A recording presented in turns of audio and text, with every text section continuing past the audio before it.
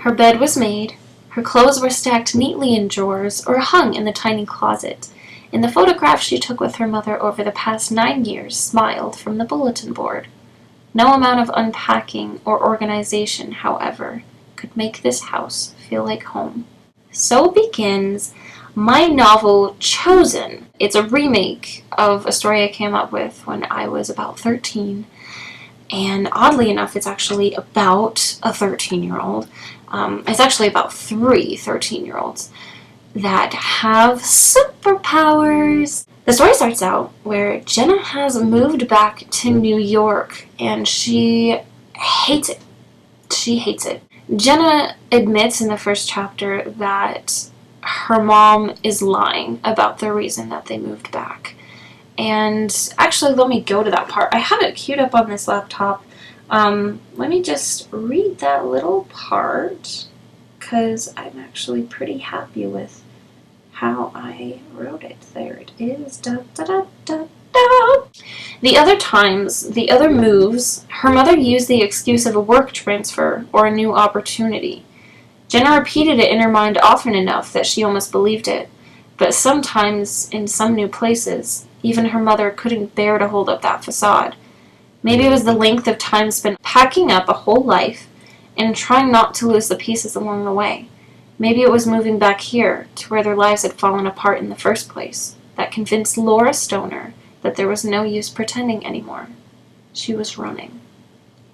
So why is Laura Stoner, Jenna's mom, running? Why is she running? You don't know. You don't know. Jenna doesn't even really know. She has a couple of theories. So there's a lot of questions. There's a lot of mistrust. And there's a lot of secrets. And Jenna's biggest secret is that she has superpowers. She has these gifts that she has not told her mother about, doesn't want to tell her mother, because, first of all, some of the gifts are dangerous. For instance, Jenna can freeze things with her mind, or, by touching things. And it's not exactly something that people react very well to. Just, if you've seen Frozen, think of the scene when Elsa reveals her powers to the town. Do they react very well? No. No, not at all. So, Jenna has all these different powers that she doesn't feel comfortable sharing with her mom. It seems kind of strange compared to one of the other characters, Dale, who was introduced in, chapter 3? Chapter 3! Yes, chapter 3. Dale is totally open with his family. He likes having his powers, which, that he's a mind reader in the beginning. His parents' rule is that he doesn't use his powers against anyone else, not even at home. And he's okay with that too. I mean, he's just totally chillax about stuff. I don't really know what else to talk to you guys about. I don't want to give too much away.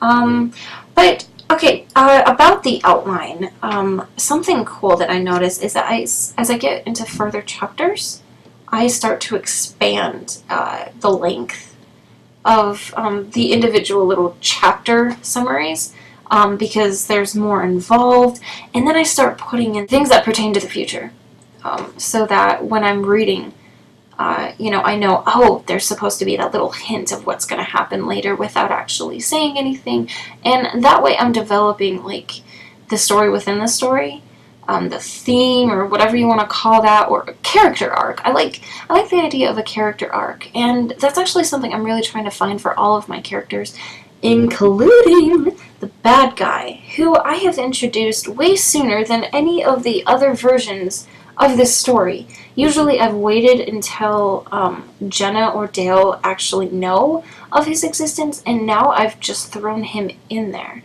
I haven't put anything in his perspective yet, and I can't remember if I did in any of the others, but I did put it into my third main character's perspective, Erica.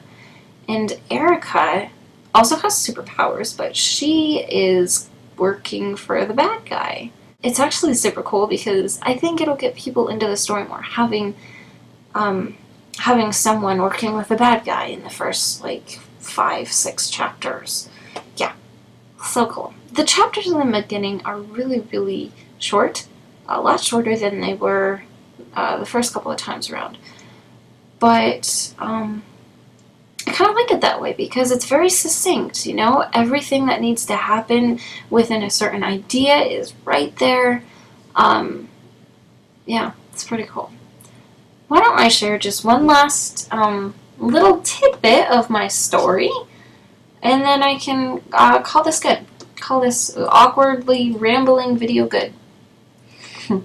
Sorry. Let me find one. Dun, dun, dun, dun, dun.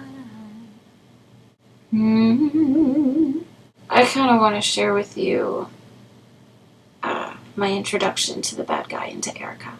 Let's do that, because it's cool.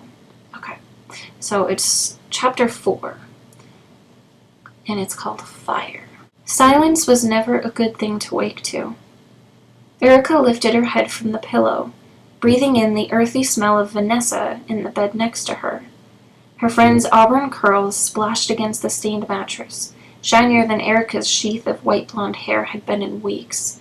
Vanessa had always been the lucky one. She pushed back the greasy strands sticking to her forehead, leaving a twisted ball of resentment behind her as she creeped to the doorway. If she behaved, maybe she could earn rewards too. Maybe Ian would be kinder. Maybe there would be no fire today.